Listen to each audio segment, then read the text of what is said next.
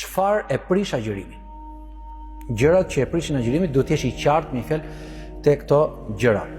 Atëherë, që në fillim, derisa Allahu xhelle xhelalu të ka ndaluar nga ngrënia dhe pija, i privuar gjatë ditës agjërimin nga ngrënia dhe pija, çdo ngrënie, sado pak qoftë ajo, dhe çdo pije, sado pak qoftë ajo, me qëllim, pra me vedije, jo me harres, do të thotë që ti e ke prish agjërimin. E njëjta gjë ndodh kur ti vjell ushqimin që ke ngrënë më përpara, për shembull, gjatë ditës e vjell atë ushqim me dashje. Nëse të del pa dashje, nuk prishet agjërimi. A nëse vjell me dashje, prishet agjërimi. Dhe thot pejgamberi sallallahu alaihi wasallam, men dhara'ahu al-qai'u falaysa alayhi qada'un.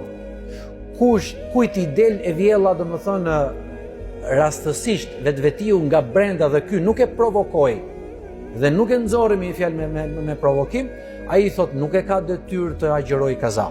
Edhe kundërta, kush e bën me qëllim, të vjell me qëllim, atëherë ai thot e ka prish agjërimin dhe duhet të agjëroj kaza.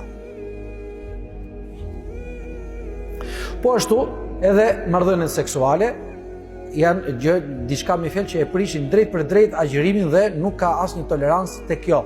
Por këtu futet me fjalë, po masturbimi deri atëherë sa bëhesh xhunup, edhe ajo e prish drejt për drejt agjërimin. Ndërsa masturbimi që nuk të çon në xhunubullok, pra nuk e ke detyrë të marrësh gusl, atëherë domethënë kjo nuk i prish agjërimin, edhe pse në vetvete është me fjalë e palejume.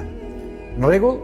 Po ashtu për gratë është e prish drejt për drejt agjërimin edhe hajdi dhe nifasi. Gjatë ditës agjërimit vjen cikli menstrual mujor, prishet automatikisht agjërimi.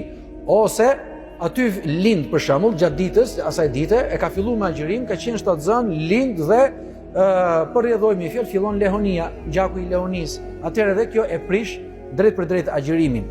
Për sa i përket gjakut menstrual, ciklit mujor menstrual, edhe pse e prish agjërimin, hajdi, a mundet me fjalë, a duhet që të vazhdoj pa ngrënë dhe pa pirë derisa të shkoj koha, pjesë e etikës së agjërimit për shembull, edhe pse ajo ditë është prish, shumë prej ulemave ka thënë që është më e pëlqyeshme të mos haj mos pi asgjë derisa të vi koha e iftarit, edhe pse ka të lejuar. Po ashtu, iftarin e prish dhe kur personi e çel iftarin gabimisht duke menduar se është futur koha. Nuk lidhet me harresën. Gabimi është tjetër, harresa është tjetër. Për shembull, bëhet iftari në orën 7:20 darkës. Dhe ky mendon se është fut koha. Dhe ora është 7:10, do në 10 minuta faktikisht. Hangri buk shpejt ose një çap vetëm, edhe i thon nuk ka hy koha akoma, jo se ka hy, ja shikoj e ka 10 minuta, ajo ditë është prish. Pse? Sepse origjina është vazhdimi i ditës. Ky thjesht e ka gabu. A nëse ka ngrënë me harresa gjë tjetër. Prandaj kanë bërë ulema dallim mes gabimit dhe harresës.